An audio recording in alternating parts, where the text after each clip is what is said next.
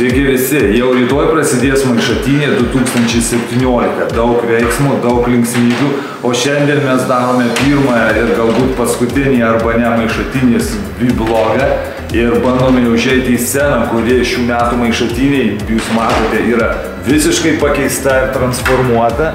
Čia viskas kitaip negu būdavo iki šiol ir matot kažkokius tai du darbininkus, kuriuos mes tuoj pakalbinsim ir jie papasakos, kas čia vyksta.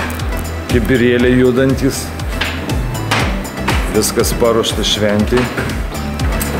Mantas ir Justas dirba scenoje ir jie sukalė visą šitą dalyką, kurį jūs matote mūsų kameroje, paruoštą geriausioms Maišatynės komandoms.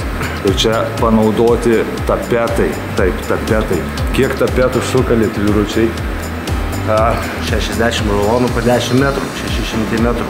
Iš viso 600 metrų tapetų čia scenoje. Brūsai mediniai? 120 metrų tašų. 120 metrų tašų, vien brūsų. Tai yra pusė karkasinio namo, gal 2/3. Kas dar? Skočas?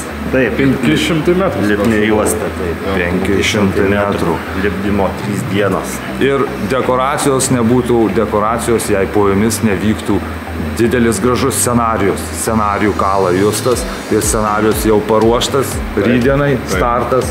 Viskas bus gerai. Šiandien generalinė repeticija ir Justas visus kviečia gerai praleisti 2 dienas Maišatynėje. Einam į pabaigą.